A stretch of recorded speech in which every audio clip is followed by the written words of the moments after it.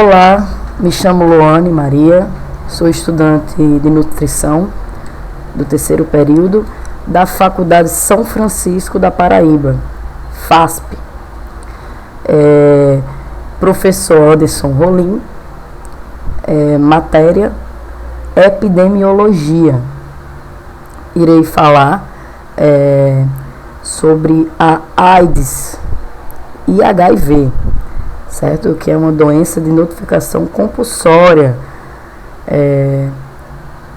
O que são doenças de notificação compulsória?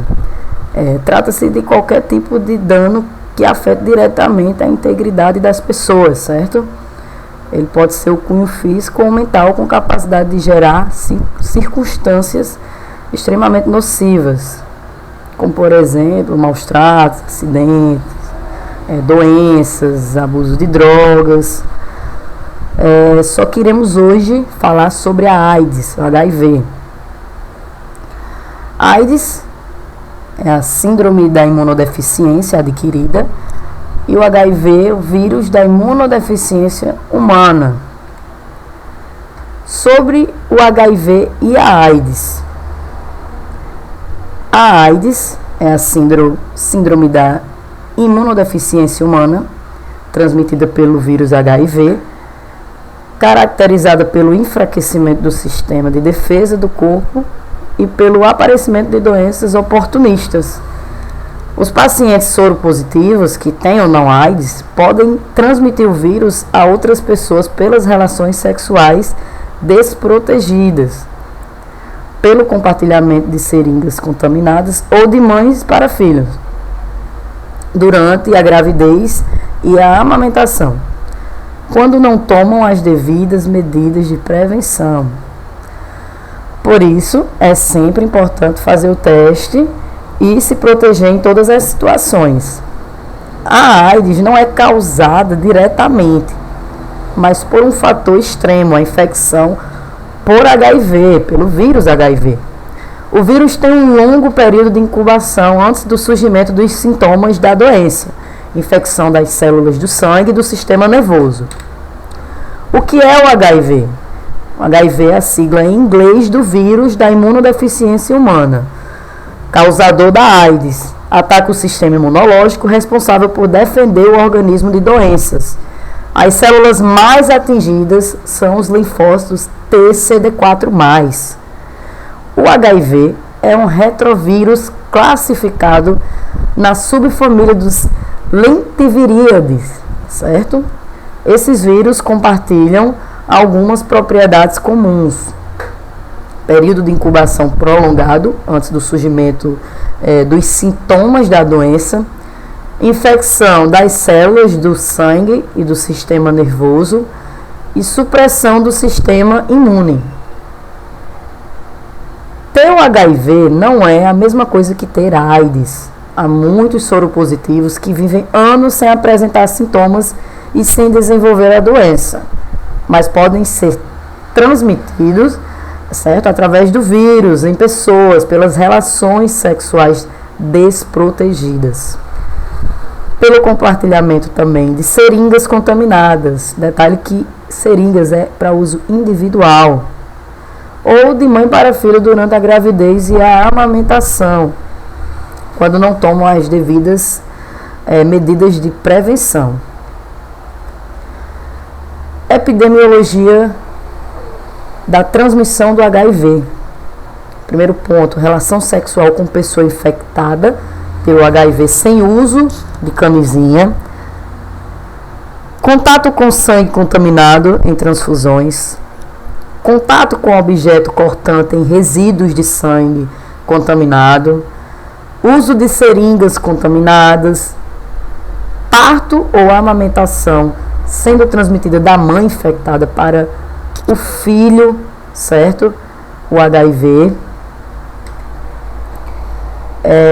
O que é a janela imunológica? A janela imunológica é o período entre a infecção pelo vírus HIV e a produção de anticorpos contra o HIV pelo organismo, em uma quantidade suficiente para serem detectados pelos testes, como o teste rápido, Na maioria dos casos, a duração da janela imunológica é de 30 dias. Porém, esse período pode variar, dependendo da reação do organismo do indivíduo frente à infecção e do tipo de teste, que é o método que vai ser utilizado, e sensibilidade. É importante saber que a janela imunológica das infecções, para evitar que seja liberado um resultado falso e negativo, por exemplo, além de ser essencial no desrespeito ao processo de doação e transfusão sanguínea, assim é recomendado que no momento da realização de exames ou doação de sangue, as informações relacionadas ao comportamento de risco, como compartilhamento de agulhas e seringas ou relações sexuais sem preservativos, sejam devidamente informadas. Qual a profilaxia do HIV? O uso do preservativo previne a transmissão de qualquer doença sexualmente transmissível. É importante destacar que a camisinha deve ser usada até o fim da relação sexual. Jamais utilize um preservativo por mais de uma vez, certo? Ele deverá ser descartado, usado uma única vez. Optar por seringas e agulhas descartáveis. Usar luvas para contatos com sangue ou fluidos corporais. Essa atitude previne o contato direto com o sangue ou com o fluido corporal que a pessoa está contaminada. Utilizar objetos cortantes descartáveis ou esterilizados. Essa também é uma das possibilidades de transmissão da doença. É importante que utilize objetos cortantes e descartáveis sem o compartilhamento com outras pessoas, para uso individual. Patogênese do HIV. Características do vírus e transmissão materno-infantil. Certo? Muito importante. Diversos estudos estão sendo realizados com a finalidade de determinar quais os principais fatores de risco que aumentam a transmissão vertical do HIV, a progressão para AIDS durante a gravidez, o uso ou não de antirretrovirais, o tipo de parto, o prolongado tempo de ruptura das membranas, a alta carga viral plasmática e a baixa contagem de células TCD4+, tem demonstrado ser um dos principais fatores de risco para a transmissão materno-infantil. No Brasil, a epidemia da AIDS encontra-se em processo de estabilização, mesmo apresentando prevalência elevada. A epidemia é crescente na população feminina, possibilitando a transmissão vertical.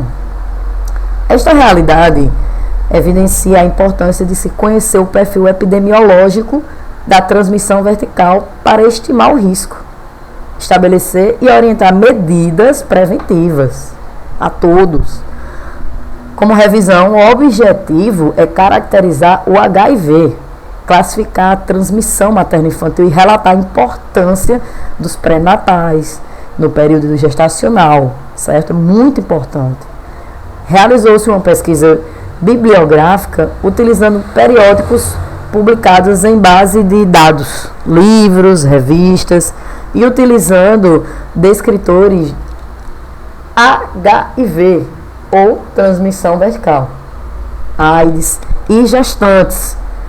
Após a seleção dos artigos, foram realizadas leituras exploratórias e analíticas, evidenciando que medidas como acesso à assistência pré-natal, diagnósticos precoces em gestantes e tratamentos adequados se tornam fundamentais para o controle de transmissão vertical.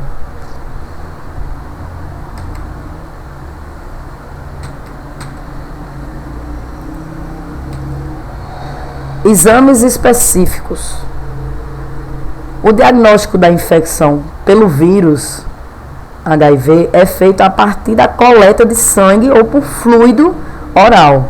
No Brasil, temos exames laboratoriais e os testes rápidos que detectam os anticorpos contra o HIV em cerca de 30 minutos.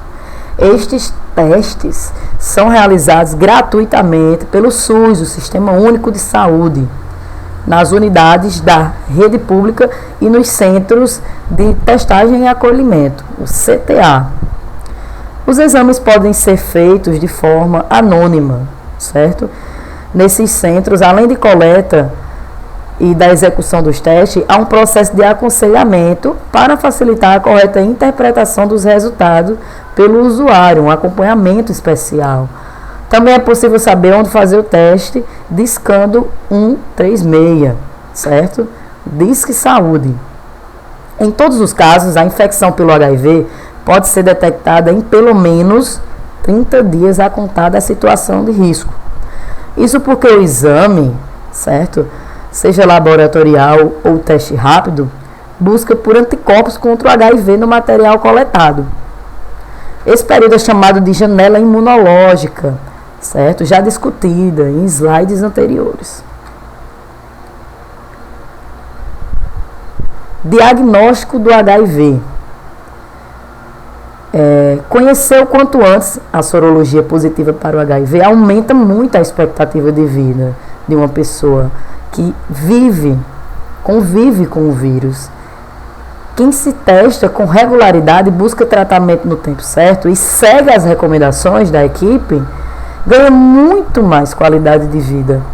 Além disso, as mães que vivem com HIV têm 99% de chance de terem filhos sem o HIV se seguirem um tratamento recomendado durante o pré-natal e pós-parto. Por isso, se você passou por uma situação de risco, como ter feito sexo desprotegido ou compartilhado seringas, faça o teste anti-HIV, certo? Como deve ser feito o tratamento para o HIV?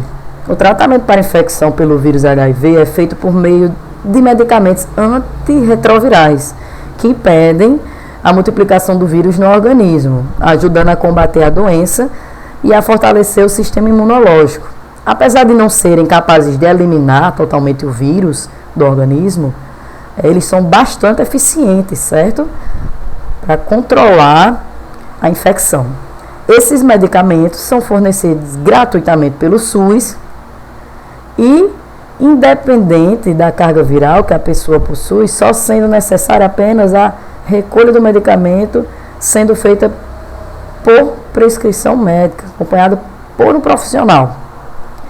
Já existem muitos estudos com o objetivo de descobrir a cura da infecção pelo HIV. No entanto, ainda não existem resultados conclusivos. É importante seguir o tratamento indicado para que seja possível diminuir, certo?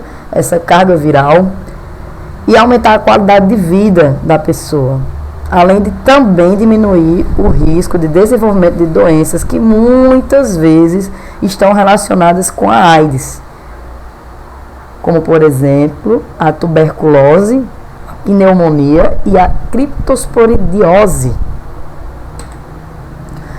Quando começar o tratamento do HIV/AIDS, certo?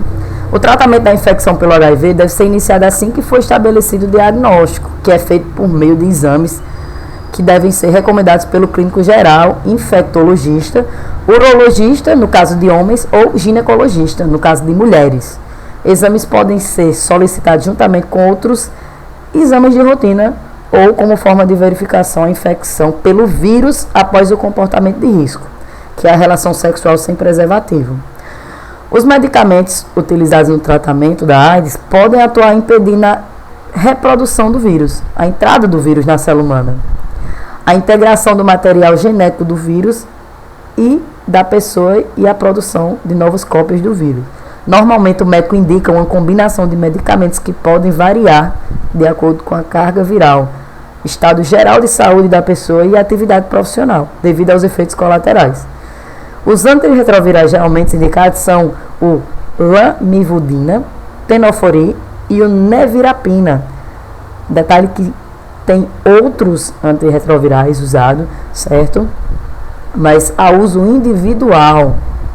Estou destacando um dos mais utilizados. Muito obrigada Grata a toda a atenção.